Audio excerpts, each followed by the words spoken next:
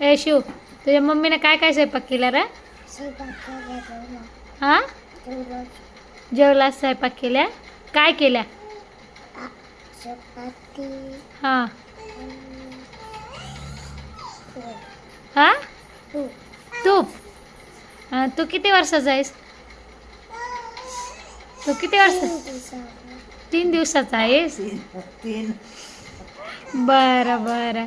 मग तू शाळेत कधी जातोस? 3 दिवसाचा आहेस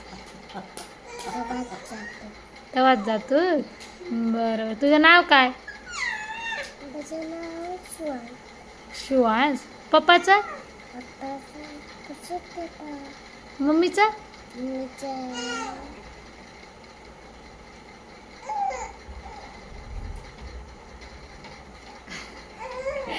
मम्मीचं नाव माहित नाही?